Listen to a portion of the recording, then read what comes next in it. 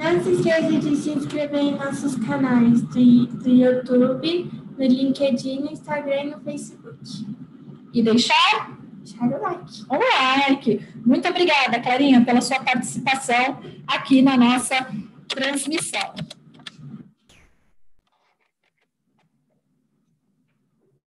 Agora é comigo. Pessoal, vamos lá? Sem mais delongas, né?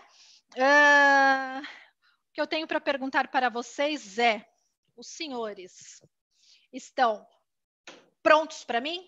Porque eu estou pronta para vocês. Prontos para mim? Eu estou pronta para vocês e a hora é agora. Primeira questão: economia, política monetária. Questões inéditas, fizemos estas nessa semana. Por quê? A gente parou, centrou, trouxe nossa experiência à tona e falou assim, super bacana para quem estiver aí resolvendo questão do passado. Vai cair na prova? Na prova da Anbima cai todo o programa, não tenham dúvidas sobre isso, né?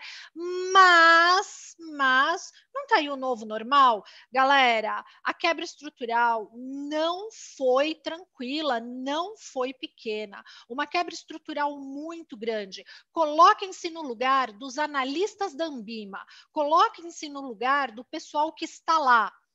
Qual que é a ideia? Eu, Anbima, estou certificando para o mercado financeiro. Eu tenho que trazer esse pessoal para a conjuntura atual, com teoria, é claro, com conteúdo. E é isso que a gente propõe aqui para vocês hoje.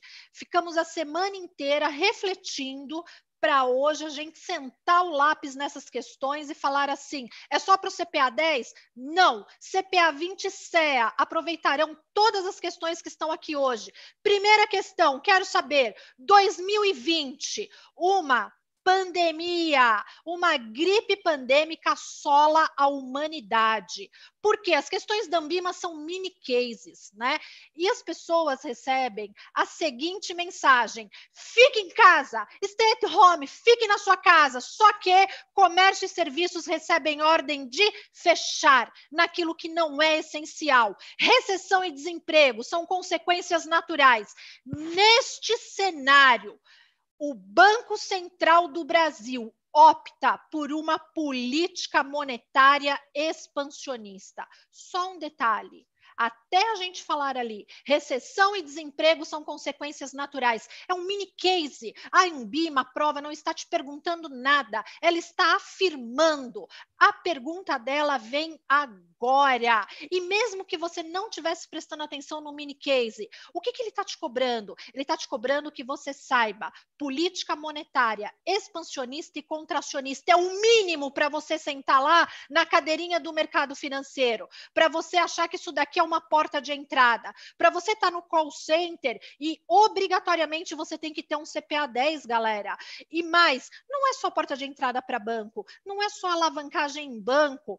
Professora, eu quero saber um pouco de investimentos, eu quero tocar minha carteira, eu quero ter noção até mesmo sobre quem toca a minha carteira. CPA 10 para você. E agora, política monetária expansionista. Se é expansionista, o Banco Central está fazendo o quê? Está expandindo a base monetária. Ele vai gerar liquidez na economia. Até porque a gente está falando recessão e desemprego. Alternativa A, o Bacen aumenta a taxa Selic, a taxa de juros básica da economia, elevando o custo do capital. Ou seja, quando eu, Bacen, aumento a Selic, todas as taxas de juros da economia automaticamente aumentam, né? O crédito, o financiamento, o consórcio, na tentativa de evitar maiores endividamentos da população. É claro que não. Se o Bacen aumenta a Selic, pessoal, automaticamente ele retira a liquidez da economia. Por quê? O custo do capital está mais caro, o consumo cai, né? Consequentemente, o PIB irá contrair. Então, essa política não é expansionista. Alternativa B. O Bacen reduz a taxa Selic, parece boa, barateando o custo do capital. Nós sabemos que na redução, a resposta do mercado, né, nos seus créditos, financiamentos, no custo de capital, ela é mais lenta, mas ela vem.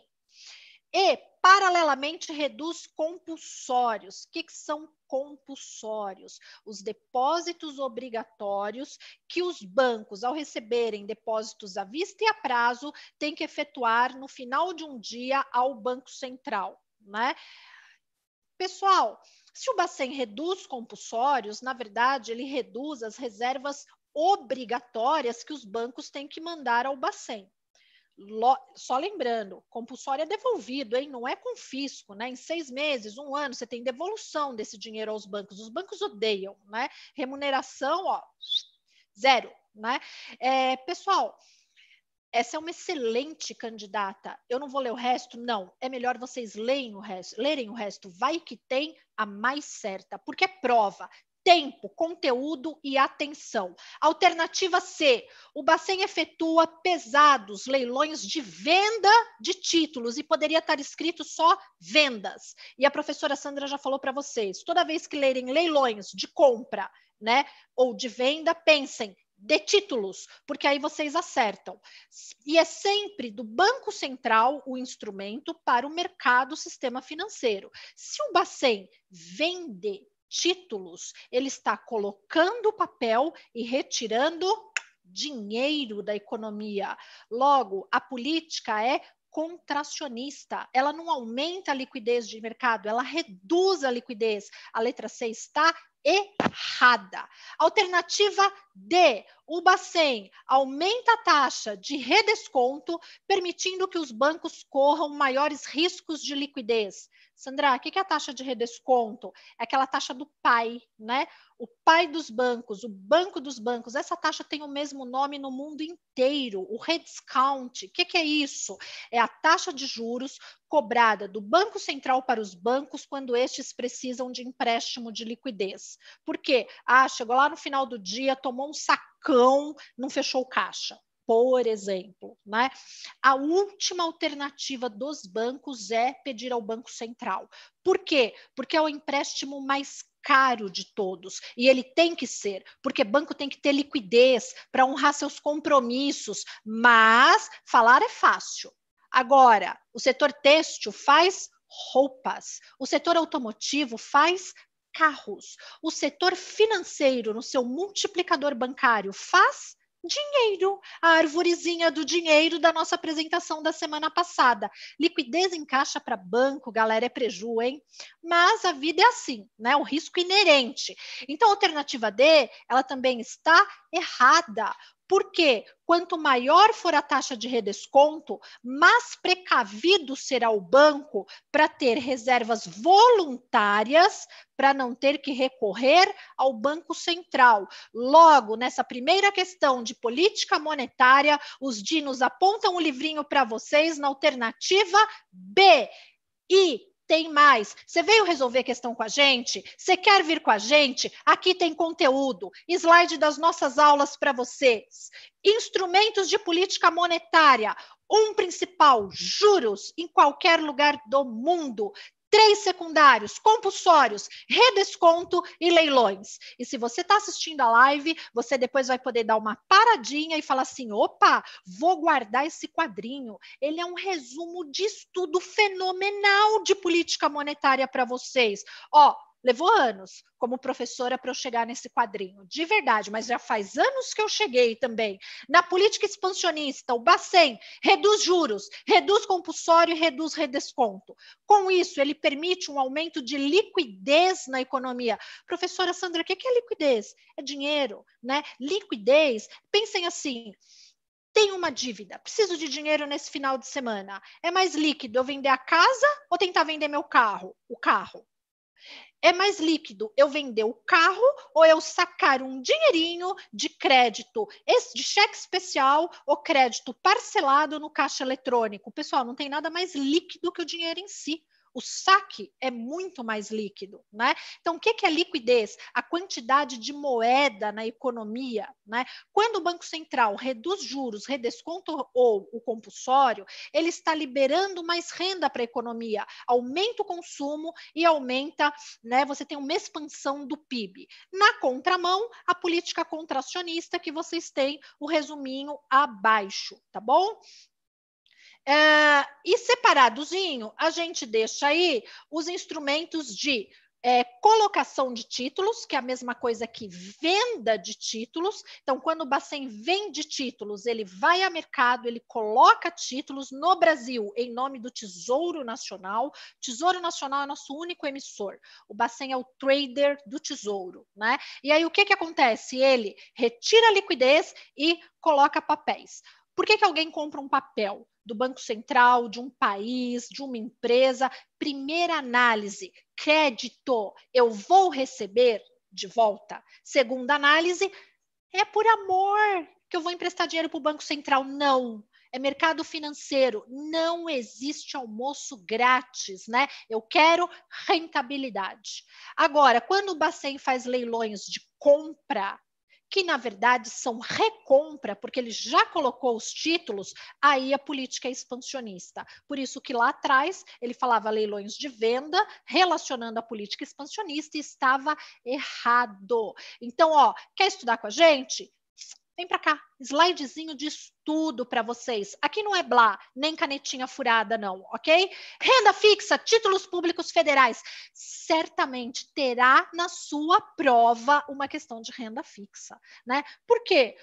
Por anos foi o mercado que imperou quase sozinho no Brasil, né? 90% renda fixa, 10% variável e outros. Hoje em dia esse balanceamento já é um pouquinho menor para a renda fixa. Agora, 2020, uma pandemia assola a humanidade e as pessoas recebem a seguinte mensagem: fique em casa, pelo seu bem e pelo dos outros. A economia brasileira enfrenta forte recessão.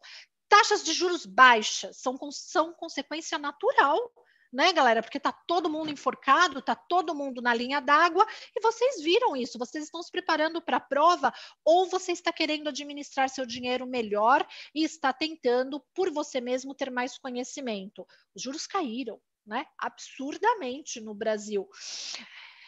E diminuem, os juros baixos diminuem e muito a rentabilidade do mercado de renda fixa. Neste cenário, o Tesouro Nacional, nosso único emissor, efetua colocações de NTN-F. Ele não está perguntando para você se o Tesouro vai colocar, ele montou um mini case e falou assim: olha, neste cenário eu vou pôr NTN-F. Fala para mim qual é a característica desse papel. E característica de papéis, de títulos públicos, serão cobradas, pessoal, em todas as provas, porque é o nosso grande mercado, é a renda fixa, né? Então, letra A, conhecida no Tesouro Direto como Tesouro Selic. É um título corrigido pela Selic e que não paga cupons de juros semestral. É um conceito bacana, mas esse papel da letra A não é a nota do Tesouro Nacional série F, NTN-F. Esse papel é uma LFT. Então, a letra A está fora. Letra B.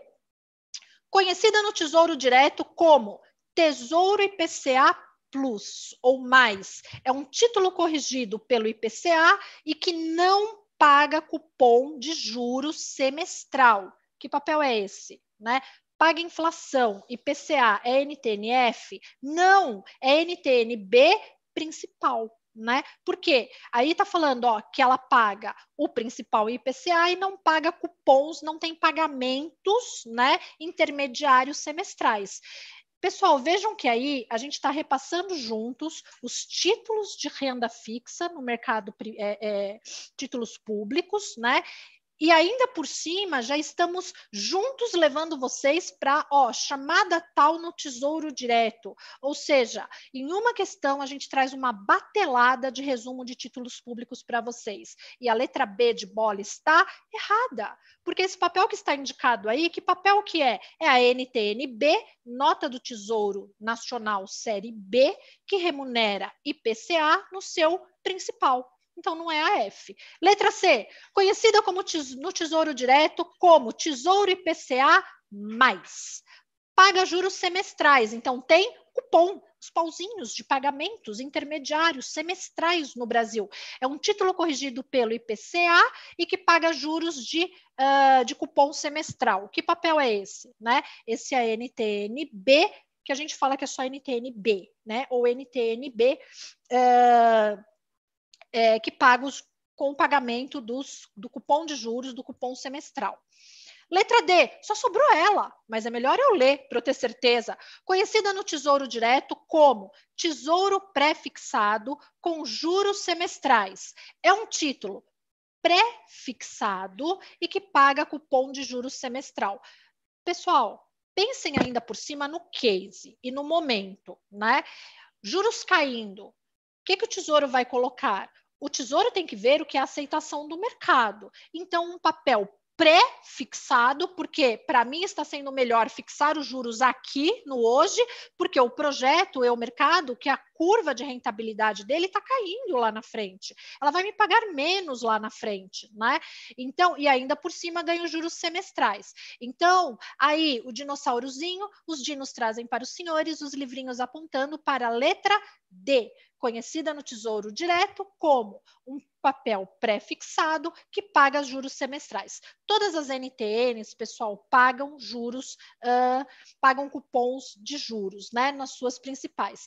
E aí, se vocês estivessem aqui com o professor de renda fixa tendo aula, ele estaria encerrando a parte de títulos públicos com esse quadrinho resumo para vocês, né? A LTN, um papel pré-fixado com deságio, a LFT, um papel pós-fixado, nenhum dos dois paga um cupom, a NTNF, um papel pré-fixado que paga cupom, a NTNB, né, com juros semestrais, que a gente fala, o Tesouro IPCA, que paga cupons com juros semestrais, e a NTNB limpa principal, que não tem os juros semestrais. Para estar lá o cupomzinho tem que estar indicado para vocês, ok?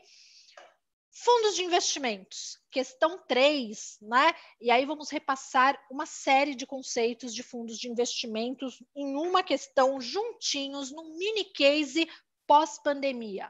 2020, uma pandemia assola a humanidade e as pessoas, os senhores e nós aqui recebemos a seguinte mensagem: fique em casa.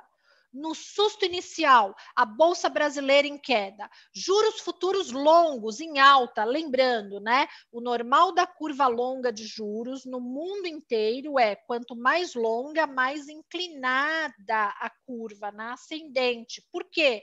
O meu poder previsor é menor, então eu acrescento, né? Eu atribuo mais risco ao horizonte de tempo de longo prazo, ok?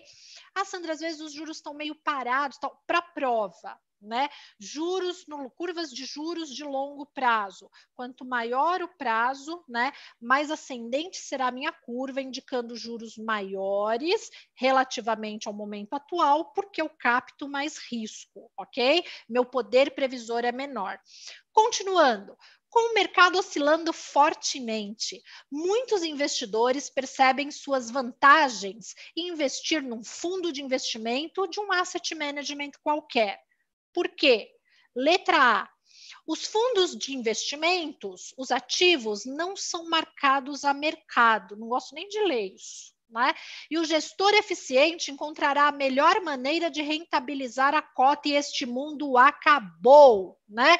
Os papéis são marcados a mercado, que é justamente para evitar uma socialização maior de perdas, né? Com quem tem mais informação, quem tem menos informação. Então, a letra A está errada. O Brasil pratica a marcação a mercado. Letra B. Embora a expertise dos gestores do asset seja indiferente nos momentos de estresse, Ou seja, não adianta, né? Não importa se o gestor é mais ou menos eficiente, no momento de estresse, não daria para saber, será fundamental a experiência do tesoureiro do banco, agora para a gestão dos fundos, porque o tesoureiro é o homem de frente, porque o tesoureiro nesse item B, ele está disposto a ser preso, a sair do banco algemado, por causa de um negócio chamado Chinese Wall, barreiras, né, de informações. Não pode haver trocas entre o asset management e a tesouraria do mesmo banco, pela proteção do cliente. Em essência, o tesoureiro visa o banco, banker, né, a questão dos lucros do banco, e o asset management, ele visa o cliente, e é isso para a prova. É a área de recursos terceirizada, né, de rentabilidade voltada para o cliente, para o terceiro do banco. Então, na letra B, pode marcar um xão, porque tesoureiro, galera, o tesoureiro é o estereótipo, né? Se tem algo que ele não quer ir, é preso não, né? Vamos lá, o tesoureiro, a gente sempre fala, né? A figura técnica, é aquele que não vai almoçar com todo mundo todas as vezes, aliás, raramente. Letra C, a expertise dos gestores de fundos será importante, bem como as vantagens de que, quando eu contrato um fundo, eu contrato indiretamente pesquisa econômica, pesquisa de empresa, o compliance da empresa e a gestão de risco. Olha, essa alternativa parece ótima neste momento para eu entregar meus recursos comprando um fundo de investimento para gestores de um asset management. Mas vamos olhar a letra D, de dado. Embora um fundo aberto possa fechar para aplicações e resgates, até falar baixo, né? Ainda assim é considerado um investimento seguro quando comparado à bolsa de valores, né? Pessoal, o fundo aberto, vocês sabem muito bem, eu posso fechar para aplicações, mas eu não posso fechar para resgates. Então, a letra D de dado está errada. E que investimento seguro? Não existe investimento livre de risco, né? Existem investimentos menos arriscados. Então, vem com a gente, vem com os dinos e a gente fala para você, na questão de prova, se cai para você um mini casezinho assim, e é bem passível, hein? Há um paradigma, né? Uma quebra de paradigma com a questão da pandemia. Então, pessoal, resolver questão para trás é bacana, vai ajudar a fixar, mas a Ambima vem aí com questões para frente também, né? Instituição séria, respeitável, e ela sabe que não é só que ela certifica para o mercado, ela treina para o mercado também, porque para você tirar a certificação, você tem que ter treinado, tem que ter estudado, para passar na prova com conteúdo e ter segurança na hora que você bater no peito e falar assim: eu sou CPA 10 e vou para essa entrevista agora, porque muitos bancos, a gente já sabe, para começar a carreira, eles já estão pedindo que você chegue tendo CPA 10, ok? E eu vou com segurança. Tributação. Tributação, às vezes, vem sozinha, às vezes vem junto com outra questão, né? Ou seja, misturado um conceito, por exemplo, de renda fixa e renda variável, ou, né, renda variável e tributação. Tributação, a temida, né? Por quê? Principalmente a de renda variável, né? A de renda fixa, dá uma decoradinha lá no quadro, porque você precisa, né? Da escalazinha para baixo. Renda variável. Questão 4, 2020, uma pandemia assola a humanidade e as pessoas recebem a seguinte mensagem: fique em casa, criatura, pelo amor de Deus, né? E o que isso muda para a tributação? Pelo amor, gente, mudar nada, né? Até porque, para mudar tributação no Brasil, a gente sabe que tem uma série de regras, né? O princípio da anterioridade, o princípio de não sei o quê, que caem lá no CFP, por sinal, né? Da planejar, para a tributação começar a valer. E tem mais, pessoal, tem um prazo para a Ambima associar qualquer mudança e reverter isto para a prova, né? No mínimo aí de 3 a 6 meses. Então, uma pandemia assola a humanidade, não mudou nada em tributação, não mudou na prova de tributação, né? Os cases não serão diferentes e você precisa saber. A questão, então, é a seguinte: hoje, especificamente, uma questãozinha de tributação de renda variável. Essa é bem queridinha, né? A alíquota de imposto de renda, pago pelo acionista em caso de lucro numa operação de um dia, o day trade, no mercado de ações é de... A gente sabe que tem uma restriçãozinha lá, né, em relação à base negociada, mas se o cara tiver que pagar, se gerar imposto na operação, enquanto eu vou tributar o day trade, né? E aí, galera, não tem alívio em tributação, você precisa saber, né? O day trade, se tributado, será a 20%, ok? Bom, pessoal, a gente, todas as sextas-feiras, estará aqui com vocês, repassando prova, trazendo questões de prova, né? Vamos mostrar para vocês também nossos sistemas em relação a banco de questões aí, algumas, né, lives para frente, e além disso, se não na próxima live, na seguinte, às sextas-feiras, a gente vai fazer sorteio de bolsa ao vivo, né? Por quê? Porque nós queremos você conosco. A gente vem treinar, a gente vem ajudar a certificar e a gente também, pessoal, vem ajudar a caminhar, né? Se você só quiser... você não quer prestar certificação, mas você quer ter mais conhecimento no mercado sobre os produtos de mercado financeiro. Você quer fazer uma revisão, você é um recém-formado em economia, contabilidade, as gestões, né, gestão financeira, gestão de projetos, que mais? Administração de empresas, as chamadas áreas de negócios. E você quer ter mais segurança, porque você quer adentrar esse mercado, engenharia, né? Muita gente da engenharia quer o mercado financeiro. Você é recém-formado? A gente está aqui com uma bagagem também para te ajudar, independentemente de você estar caminhando, né, para trilhar lá as certificações ou não, ok? Bom, hoje, né? Vou dividir a mesa, vai entrar aí para vocês a professora Daniela Pascoal, conduzindo as outras disciplinas que a gente mostrou, que eu mostrei no começo, entram na certificação CPA 10, e se tiver perguntinhas no chat, né, do YouTube, enquanto a Daniela está repassando as questões dela, eu vou ajudando a responder. Vem com a gente às sextas-feiras, dinâmico. Cada questão que a gente trouxer aqui, ela vai estar alinhada com o que é a prova da Anbima. Por quê? Porque vem na esteira da nossa estrada, vem na esteira do que nós já fomos, já passamos e sabemos do mercado financeiro. E mais, do conhecimento que a gente tem das certificações, ok? Bom, pessoal, vamos lá. Vou passar a palavra para a professora Daniela, e ela continua conduzindo com vocês, enquanto eu vou responder ao chat de quem tiver perguntas, tá bom? Boa noite, valeu muito, galera. E cada sexta-feira, estejam prontos para mim, porque eu estou e estarei pronta para vocês. Valeu, galera! Olá, pessoal, boa noite. Agora eu assumo aqui, seguindo a professora Sandra. É um prazer estar com vocês. Estava lá no chat vendo as pessoas, que bacana, muitos amigos, alunos. Fico feliz, nós ficamos felizes com a participação de vocês e por estarem aproveitando este momento, né, uma sexta-feira para estudarem, para conhecerem mais. Muitos vão prestar a prova, então estarão mais preparados. Parabéns pela atitude, isso é muito bom.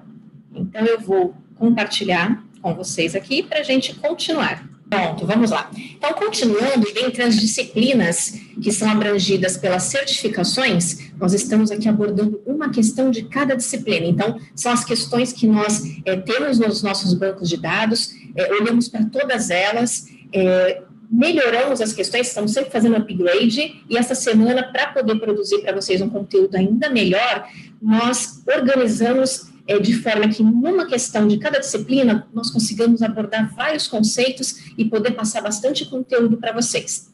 Então, quando a gente fala de uma disciplina chamada Princípios de Investimentos, nós trazemos aqui uma questão que costuma cair bastante também. Então, uma pandemia, ou seja, a pandemia continuou, né? Vamos lá, nessa live ainda estamos com a pandemia, mas vamos aproveitar a situação para elaborar a questão e estudar, aproveitar o nosso tempo. Então, uma pandemia, uma gripe pandêmica, assola a humanidade. E as pessoas recebem a seguinte mensagem: fique em casa. A economia brasileira enfrenta grave recessão.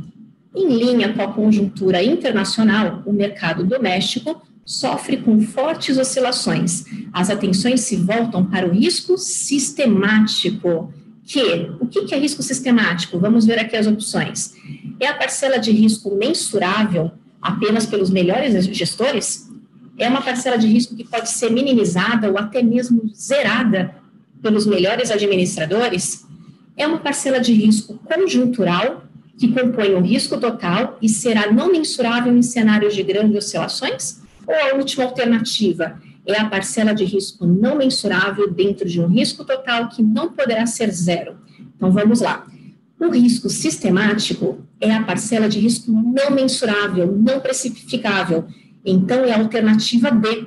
E como o risco total abrange tanto o risco sistemático quanto o risco não sistemático, e sabendo que o risco sistemático não é possível zerar, diminuir, extinguir, logo o risco total também não será possível zerar. O risco não sistemático, bons gestores conseguirão tender a zero, porque é possível avaliá-lo e tomar decisões de gestão de riscos quanto a ele. Mas para o risco sistemático, não está no controle do gestor, está além, é aquele risco no qual nós não temos controle e que faz parte da análise do investimento. Portanto, isso nos leva a entender que nenhum ativo é livre de risco, não existe, todo ativo tem um risco, no mínimo um risco sistemático. Então, aqui, a resposta para vocês, a letra D. E um gráfico que nós trouxemos, que explica muito bem esse gráfico, tem muitas matérias de finanças, quem estuda finanças já deve conhecê-lo. Então, nós temos o risco sistemático de uma carteira, é um risco que não é diversificável, ele tem que estar na conta, vamos dizer assim, já tem que estar ali considerado. E o risco sistemático, não sistemático, o risco não sistemático é aquele que eu consigo gerir. Então, quanto melhor a gestão, menor o risco não sistemático. Então, ele vai diminuindo e, com isso, eu diminuo o risco de toda a carteira, mas eu não chego a zerar, porque eu tenho que considerar nesse risco a parcela do risco sistemático, da qual a gente não tem controle. A matéria Sistema Financeiro Nacional. E o bom é que nós estamos trazendo a questão, a correção e um pedacinho do nosso conteúdo, do nosso material. Né? Os nossos alunos têm acesso aos slides com todas as matérias, apostilas também, né? Apostilas e slides. E aqui nós achamos importante, além de trazer a questão, trazer um pouco da teoria para poder ajudá-los a entender melhor o contexto. Então, a cada questão a gente tem um pouquinho dessa teoria, como foi esse gráfico agora. Então, aqui, olha essa questão, olha a novidade. Uma pandemia, nada novo, não? Assola a humanidade. E as pessoas recebem a seguinte mensagem: fique em casa. O mundo fica inseguro. E muitos investidores voltam seus olhos para a questão de seguro, de quanto é importante. Aqueles investidores menos conhecedores deste mercado passam a se deparar com uma série de siglas, dentre elas a sigla SUSEP, que significa Superintendência de Seguros Privados. O que significa a SUSEP? O que ela cuida? Qual é o contexto dela? Aqui estão as alternativas. É um órgão fiscalizador na hierarquia do Sistema Financeiro Nacional que tem por função fiscalizar seguros e previdência. É um órgão normativo, porque tem diferença de órgão fiscalizador e normativo. Na hierarquia, o órgão normativo ele está acima do órgão fiscalizador, porque ele dita normas, diretrizes, a base para onde as regras vão se encaminhar. E o fiscalizador, que vem logo abaixo, é aquele que fiscaliza o cumprimento dessas diretrizes emanadas lá do órgão normativo. Então, aqui está dizendo, a SUSEP é um órgão normativo do Sistema Financeiro Nacional, responsável pelo controle e fiscalização dos mercados de seguro, previdência, aberta, capitalização e resseguro. A outra alternativa, a letra C, é um órgão operador. O que são órgãos operadores? são aqueles órgãos, empresas que são as fiscalizadas, que estão abaixo da fiscalização. Então, eu tenho um órgão normativo, tenho um órgão regulador, depois eu vou ter o órgão operador. A SUSEP é operadora, é normativa, fiscalizadora, né? E já vou pular aqui para a última, é um órgão supervisor e fiscalizador é a mesma coisa, né? Então, às vezes, a prova coloca duas palavras com o mesmo significado para enriquecer, ou para ser uma pegadinha. É um órgão supervisor do Sistema Financeiro Nacional, responsável pelo controle e fiscalização dos mercados de seguro, previdência privada aberta, capitalização e resseguro. Vamos aqui, a resposta é a última. Então, a SUSEP, ela não é normativa. Normativa é o Conselho Nacional de Seguros Privados. A SUSEP está abaixo, ela é a fiscalizadora ou supervisora. Ela também não é operadora, porque operadoras são as seguradoras, as entidades de capitalização, de previdência, as resseguradoras, são aquelas entidades fiscalizadas que operam no mercado. E esses são os produtos, os ativos que a SUSEP cuida. Ela não cuida, por exemplo, de previdência pública, INSS, e não cuida de previdência privada, mais fechada, porque tem duas, aberta e fechada. Vejam aqui esse organograma. Aqui nós temos toda a composição do Sistema Financeiro Nacional.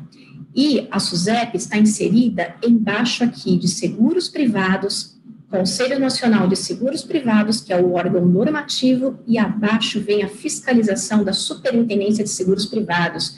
Vejam, apesar de aqui ser todo o Sistema Financeiro Nacional, não cai na prova a Previdência Fechada, que é outra fiscalização, outro conselho. Então, aqui nós estamos mostrando todo o sistema, mas o que cai na prova são os seguros privados, Banco Central do Brasil, CVM. Então, aqui tem todo o conteúdo do sistema financeiro, indicando o que cai e o que não cai, que está aqui nos círculos. Falando, então, de previdência. Então, veja, olha a situação, né? Uma pandemia assola a humanidade e as pessoas recebem a seguinte mensagem: fique em casa. Aqui um case. O Paulo, ele foi de uma empresa prestadora de serviços por 5 anos. E ele investia em um plano chamado VGBL, que é Vida Gerador de Benefício Livre, todo mês. Tendo optado pela tabela regressiva do imposto de renda, porque tem duas tabelas, a regressiva e a progressiva. Então, aqui foi a regressiva. A empresa que ele trabalhava teve que fechar. E, para sua felicidade, olha coisa boa, notícia boa, em plena pandemia, ele foi admitido em uma multinacional, com todos os benefícios que um funcionário pode ter. Sabendo que o Paulo passará a fazer uma declaração completa de imposto de renda, isso é muito importante para decidir qual produto de previdência é mais adequado, e que o seu salário anual vai ser de 140 mil, podemos afirmar que o mais indicado para Paulo será: qual consultoria você dá para Paulo, né? Você como certificado de finanças, né? Um profissional de investimentos. Ele inicia contribuições a um plano agora PGBL, que significa Plano Gerador de Benefício Livre, no limite máximo de 12% da renda bruta anual, mantendo os recursos que aplicou até o momento no VGBL. Ou alternativa B, ele continua no VGBL, já tinha VGBL, não é bom para a Previdência, continua pagando o VGBL, respeitando também o limite dos 12%. Ou ele faz a portabilidade dos recursos para um outro plano, né, que tem uma outra situação fiscal. Ou então, você pode orientar o Paulo que resgata o VGBL agora e comece um novo plano PGBL. Qual a orientação mais adequada aqui para o seu cliente? Olha, a orientação mais adequada é a opção A. O Paulo já tem um produto VGBL, e o VGBL não tem como transferir para um PGBL, que é o que se chama portabilidade. Então, não tem o que fazer, não tem como ele transferir de um plano ao outro. E a pessoa pode ter mais de um plano, pode ter quantos planos de previdência quiser. Então, ele mantém o VGBL dele ativo, só que ele para de contribuir agora. E o plano vai ficar rendendo juros, vai ficar rendendo a rentabilidade do fundo, o dinheiro não está parado, apenas ele não está fazendo mais aportes e contribuições. Para ele não parar de pagar a previdência, é claro, é importante que oriente o cliente a guardar o dinheiro para o seu futuro, para o seu longo prazo. Agora, a situação dele é outra.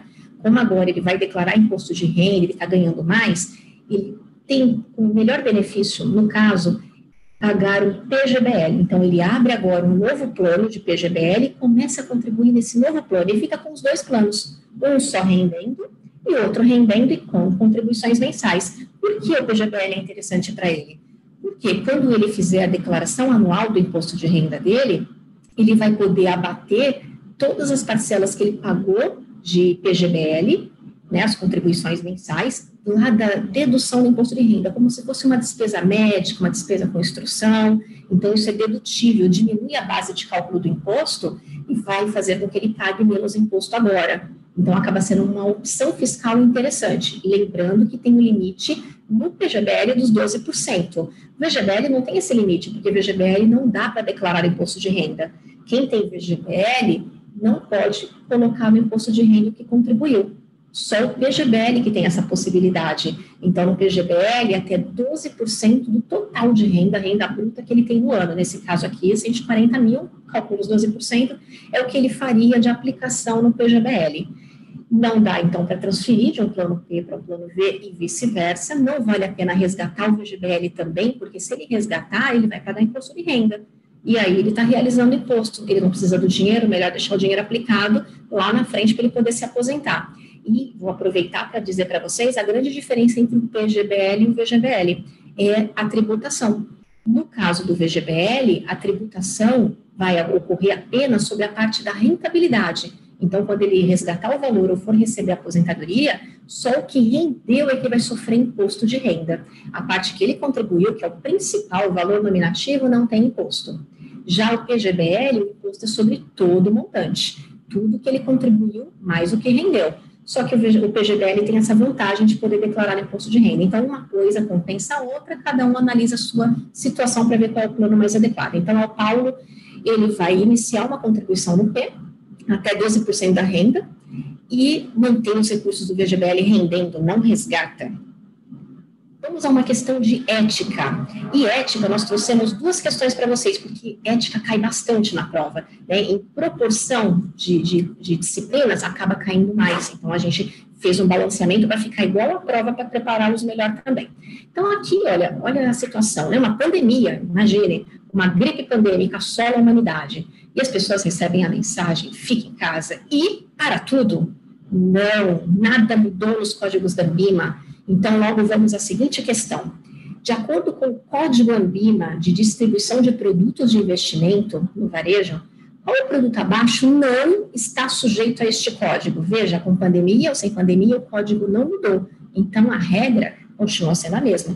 O que será aqui que não cai, né, não está abrangido pelo Código de distribuição de produtos da ANBIMA? Vamos aqui à alternativa já. São fundos de investimento em previdência. Então, 2 produtos não estão abrangidos pelo código da ANBIMA, né? Ela decidiu não abranger. Fundos de investimento em previdência, porque quando a pessoa aplica num plano de previdência, seja a PGBL ou VGBL, tanto faz, ela está aplicando um fundo de previdência. Então, esse fundo de previdência tem outras regras, não é a regra aqui do código ANBIMA, e cadernetas de poupança. Os demais ativos financeiros, regulados pelo Banco Central ou pela CVM, todos estão abrangidos pelo Código ANBIMA de distribuição. Essas questões caem muito nas provas. E aqui a nossa última questão e uma dobradinha de ética para vocês. A crise pandêmica, mesmo chegando ao final aqui das questões, não alterou. E o que era crime continua sendo crime também. O crime de lavagem de dinheiro é caracterizado por 3 fases que ocorrem simultaneamente. É tão rápido, mas tem a divisão das fases. Colocação é a primeira, ocultação é a segunda fase e integração é a terceira fase. Aí a pergunta é, a fase de colocação caracteriza-se por trazer o dinheiro ilícito de volta à economia, agora com origem aparentemente legal, confundir o rastreamento do dinheiro por meio de diversas transferências e empréstimos, fazer o dinheiro entrar numa instituição financeira ou aumentar o lucro de uma instituição financeira? Então, vamos à resposta para a gente já comentá-la. Então, a primeira fase é a colocação, que é justamente fazer o dinheiro entrar numa instituição financeira. Esse dinheiro é proveniente de algum ilícito, algum crime, por exemplo, tráfico de entorpecentes, sequestro, algo que é crime. E esse dinheiro importa aos criminosos que esteja na economia para que eles possam girar o dinheiro, possam utilizar. Só que eles precisam disfarçar para o dinheiro não ser rastreado. Então, primeiro tem que colocar o dinheiro na economia, um dinheiro que é ilícito. Como que se coloca? Por meio de depósitos, compra de bens, de ativos. Então, coloca-se o dinheiro, e por isso que as entidades têm responsabilidade de saber a origem do dinheiro, de ter o perfil do cliente atualizado, o cadastro, para que possa se rastrear caso haja necessidade de alguma investigação. Então, essa é a primeira fase, e é fazer o dinheiro entrar na instituição financeira. A segunda fase é a ocultação, que seria a letra B. Então, a ocultação é confundir o rastreamento. Então, logo na sequência que o criminoso conseguiu colocar o dinheiro numa instituição financeira, que é a primeira fase de colocação, ele vai fazer ocultação, transferindo esse dinheiro sucessivamente com outras operações em várias camadas, de forma que fique difícil o rastreamento, porque aí, na investigação, tem que se fazer o rastreamento de toda a cadeia que o dinheiro percorreu, e quanto mais complexa, mais difícil descobrir a origem desse dinheiro e descobrir que essa origem é ilícita. Então, o rastreamento sucessivo, ele acaba sendo mais difícil de verificar. E, por fim, a última fase é a integração, quando o dinheiro, depois de passar por tudo isso, ele volta com uma aparência de legal. Então, na fase já da integração, não é mais possível, bem mais difícil conseguir identificar a origem ilícita. Por isso que é importante que as instituições financeiras, as pessoas que trabalham com clientes, com finanças, estejam atentas para identificar logo no começo e já avisarem, né, já fazerem lá os avisos pertinentes, para que possa ser rastreado e identificado.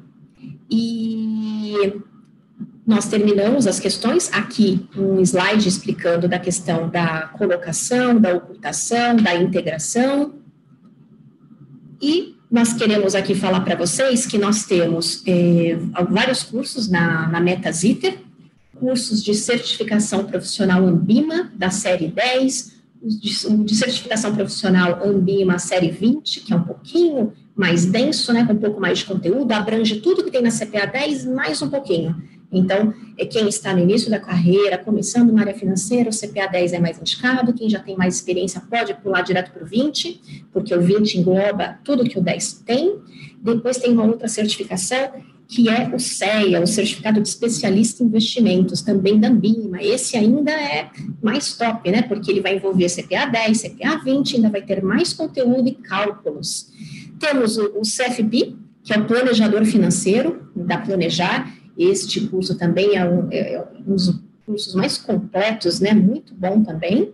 E o certificado do AI, do Agente Autônomo de Investimentos, além de cursos em seguros. Aqui estão nossos canais. Nós temos canal no Insta, no Face, no LinkedIn e o nosso canal no YouTube, que vocês estão assistindo essa live agora. Então, não deixem de se inscrever no nosso canal, porque nós vamos gerar muito conteúdo.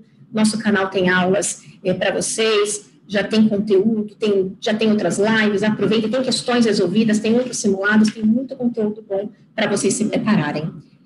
Então, eu vou parar aqui de compartilhar minha tela. E agradeço imensamente. Nós temos perguntas no chat? Vamos olhar. Todas respondidas, muito bem. Dá um link no nosso vídeo, por favor, como todos youtubers, né, que nós estamos agora, além de professoras, empresárias, youtubers também, estamos aí na era do marketing digital. Então, como todos pedem, deem um like no vídeo, se vocês gostaram, comentem, deem sugestões, inclusive de temas para as próximas lives, curtam o nosso canal e se inscrevam. Obrigada, foi um prazer estar aqui com vocês.